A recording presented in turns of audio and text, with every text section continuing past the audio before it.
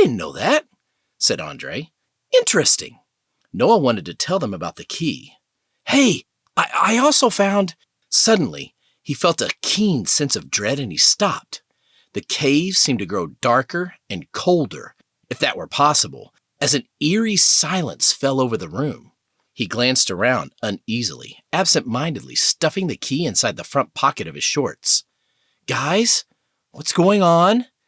Oakley and Andre looked up, their gazes laced with concern, if only because of Noah's tone. Before they could respond, a deep, guttural voice echoed off the walls of the cave, sending chills down Noah's spine. "Ahoy, mateys," it said. "What brings ye to me chambers? I don't remember inviting any young scallywags in for a look around." The deafening, malicious voice had made Noah's limbs seize up. He felt himself go perfectly still as suddenly a shadowy figure emerged from the darkness. Noah's mind raced as the towering figure of, was it a ghost? Appeared before them. A coarse, scraggy beard hung from its face, which was nothing more than a naked skull. Yet it had eyes that seemed to glow in the dark, glaring at them. A tattered pirate hat adorned its head, and Noah let his eyes scan the ghastly figure for a moment. Loose trousers came to his knees over tall, black leather boots, just like the skeleton on the other side of the room wore. Wisps of mist seemed to trail from his long, dark overcoat, and a dark mess of hair ran past his shoulders. A gleaming cutlass hung from his side. "Captain Sinister," Oakley whispered in terror, then clapped a hand over her jaw. The legendary pirate captain's ghostly form thundered with a wicked reply. "Aye, one and the same, lass." He took a few steps closer, and Noah swallowed, his heart thumping.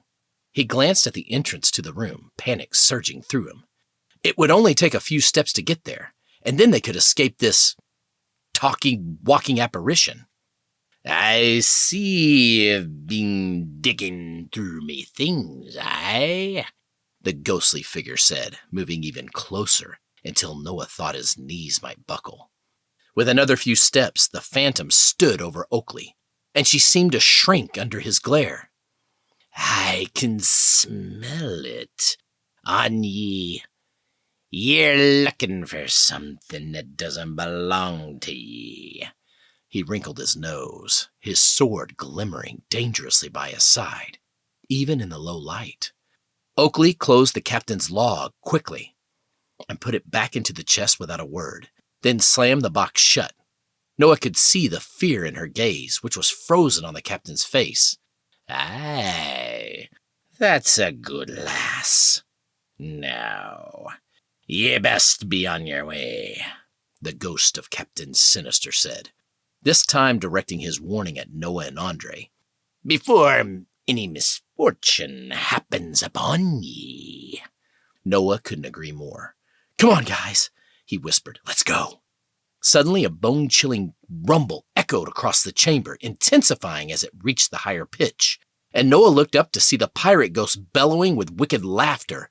The sound reverberated off the walls of the cave in all directions, and shivers raced up and down Noah's spine. They had to get out. Now! He glanced at his sister, but Oakley still stood frozen, her eyes trained on the evil demon, as if it had taken hold of her. Noah tugged hard at her arm, and finally, she seemed to snap out of it, quickly rising to her feet. "Come on, Dre," said Noah, but Andre had already jumped to his feet and fallen in behind them. Noah ran for the entrance, shuddering as the evil laugh continued to explode across the room. Noah barreled down the dark hallway, his heart still racing. He felt his pulse steadying as more and more slivers of light lit up the sea cave floor. A sign they were nearing the opening.